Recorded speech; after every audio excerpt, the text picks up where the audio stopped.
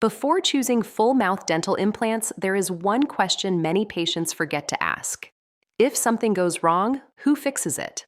Full mouth dental implants are not just a one-day procedure. They involve surgery, temporary teeth, healing, bite adjustments, final zirconia teeth, hygiene access, maintenance, and sometimes repairs. If a tooth breaks, if the bite feels off, if the temporary teeth loosen, or if one implant has a problem, you need to know who is responsible. That is why it is so important to compare the full plan before you commit.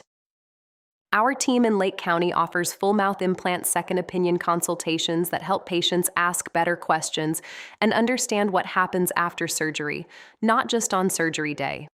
Before you choose a provider, ask who owns the complications. The biggest question is not only how much does it cost. It is, if something goes wrong, who fixes it? Book your free full mouth implant second opinion at lakecountyfullarch.com.